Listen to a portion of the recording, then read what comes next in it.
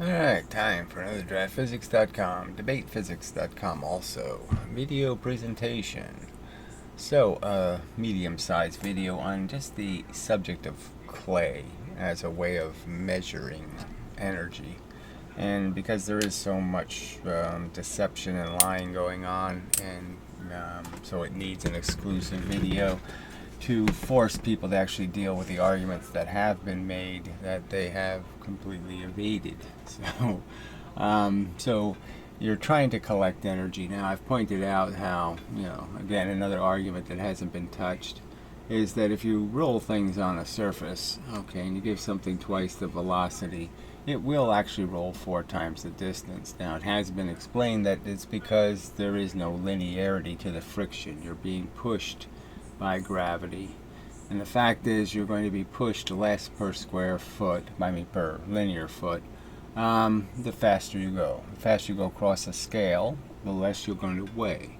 Very simple concept, and that the giveaway is where you reach half your speed, which in the voyage of rolling something, you'll find there's this point here, 3/4 of the way, 3/4 of the way down the track, where you go half the speed. So instead of going half the speed halfway through the voyage would indicate linear, now it's much later, and that this part of the voyage will be exactly the same as this. The one velocity object will be doing exactly the same as this will be doing. So you start with twice the velocity, you have an average of twice the velocity over this period, and over this period it's exactly the same event. Okay, and you're going to lose the same amount of energy to the ground. And the point is that per foot, the slower you're going, the more you're losing, okay, to the ground. Because you're essentially just sinking into the ground more, which makes better contact, and more of your wattage, so to speak, can leak out because you're making better contact with the ground. And you're making weaker contact with the higher velocity. And so it's not a straight line, but as your velocity decreases, your contact with the ground, okay, increases. So it's two charts that cross each other, and pretty easy to understand. All right, so let's talk about clay as a way of measuring, because it does have some theory to it to be linear. So that's all we're trying to find, is an honest way to extract energy from an object. We have an object moving in the universe.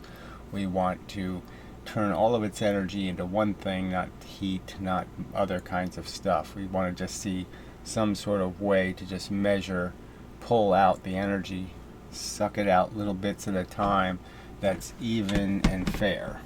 Now, a spring logically probably can do that, but the trick with a spring is that it doesn't deform permanently. It deforms elastically. It gives it back. So you have to be a little careful how you read the maximum impulse energy, where the clay gives you a nice permanent reading, okay, because it deforms permanently. It doesn't deform in any sense elastically where it's going to give it back. It deforms inelastically.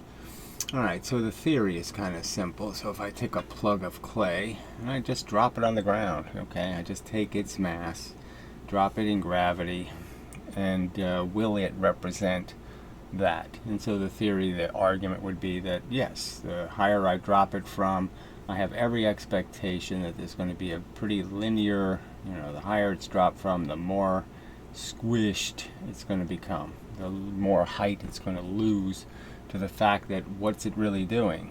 Well, the clay molecules are basically hitting the ground and they're placing pressure up. As you can think logically, the ground's not yielding. They have motion from force, and the force has nowhere to go but back up, because it doesn't go into the ground, frankly. And because the ground's not moving. So it has to reflect back into the clay, and what's it going to do? It's going to push in this direction. And that's not going to do it much good, because it's plowing into more clay that's falling the opposite direction, actually. And so what's it going to do? It has to go this way. And so that's really the thing. So if you're going to do an experiment where you smash clay, whether you convert it from a horizontal position and you swing it into a wall, or you smash it against the wall in a hammer, lots of ways to do it, and I'm certainly not arguing that any of the ways we've seen are the ideal. But anyway, the basic principle is kind of obvious, that as the clay shrinks, it doesn't change. It doesn't create unevenness. It's doing the same thing. It's pushing down and then pushing sideways. Push down, push sideways. Sideways is no force. The force opposing the motion this way, sideways, is like you pushing a pen across a surface. It doesn't matter how far you push the pen, it's going to feel the same. It's the same resistance to motion, essentially. And so it will go that way. There's nothing stopping it. This is free space from the clay's perspective. This way is no good, that way is no good, but that way or that way is free, and that's the way it's going to go. So it'll just make this turn, and every bit of pressure going this way will go that way eventually. So you're pretty good at getting it to shrink and expand. And there's no surface area problems or any of this other stuff. It's all the same action for every bit of the force. Is essentially going to go this way and then go that way. And so there's really no obstacle. The clay is essentially a liquid, a suspension, and the little bits inside, really just, you could illustrate them as little bits. They just hit each other, and as they hit each other, any motion this way and this way won't get them anywhere, and motion this way will. They will be allowed to go this way and that way. So it works pretty well in theory, but you can certainly do things to mess it up, I suppose. So that's what we'll get into, is the logic of people who argue that you can push shaped objects into clay. So instead of deforming the clay in some way where it is even, they propose to deform it by dropping round objects into the clay. And as I have pointed out, the problem with round objects is this problem. This part of the surface, you can plainly see the horizontal to the surface is the part that applies the pressure. So if it was a square, if it was a square object falling into the clay, you could understand that we just have two choices. Okay, so here's the clay. This is going to go down. All of the force is in the down direction, and it has to do the same thing. It has to go down and then out, okay, or down and out. And those are the only choices. Here, the choices are much more various. You can see that the force is completely perpendicular to the surface, and so we can just draw these little lines indicating which way the force is when a round object hits clay. And you can see that the force is in very different directions. There's a choice where there's no choice here. Every bit of the forced clay, all the movement of the clay, has to be converted into this. It has to do down and then do right or left or backward or forward. Where with the round object, clearly there's places you can hit the clay where it's a large percentage of this way and almost no percentage this way. So it's cleaner. It's not two motions. It's not as much action. It's not as long a line. Obviously this would be a longer line, more work than this. So so clearly as you drop them, there's a big difference. So in the first millisecond of the drop, the first millisecond of the object penetrating the clay, it could be understood that the clay is seeing, okay, the bottom surface, which is very flat. So the first bit of penetration is all pushing down. Everything's a downward direction. And it's as it starts rising, you can just draw it as a hexagon or some other shape, you can understand that it's starting to do this and it's starting to do this, which is a much higher percentage of horizontal. Horizontal is for free, okay? It's free going horizontal. There's very little pressure, almost zero pressure. So the clay can go that way without any impediment. and find a permanent place to finally stop as it keeps banging into clay. Can use the energy, but it's using it in motion, real motion. The clay can move that way. You can't move these ways down. It can move this way, sideways, and so it does. So you can see that it's a high percentage, and then as it gets to the sides here, you can see that yes, it's just moving clay sideways essentially. Okay, much less work.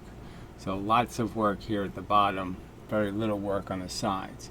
And this is all time dependent in the sense that if your clay, if you're not going to dimple your clay more than a small amount, you could drop two objects and you could see huge differences in the displacement, that is how much clay was moved, because one of them had to do 90% of its traveling against a force going straight down, and the other one did 90% of its traveling pushing clay sideways. So this one has the huge advantage because it went deeper. It had a little bit more energy. So anything with a little bit more energy will be seen as a lot more energy because of its huge advantage, because it's pushing clay sideways, where the one that's doing the beginning stuff, dealing mostly with the flat surface of the circle, it can't get nearly as much work done on the clay because it's doing much harder work. It's pushing down and then pushing sideways.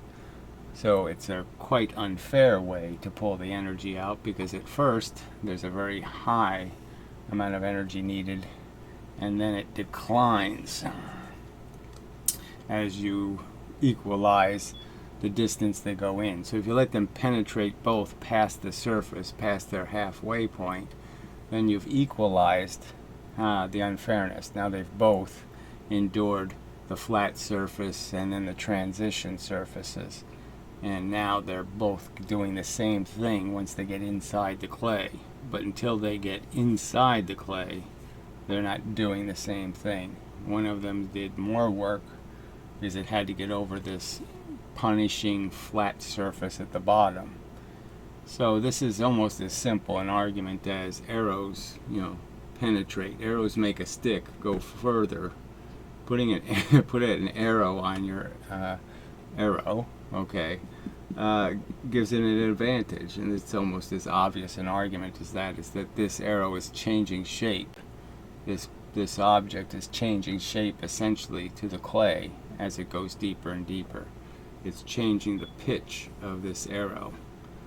So you can kind of understand that the arrow starts off flat in the circle and then the slope gets stronger and stronger the deeper you go. So clearly a disadvantage. It's not a fair way to measure energy, because the displacement will be different because the two objects are doing different amounts of work. The one that goes deeper does less work per molecule of clay, and the one that goes shallower does more work per molecule of clay.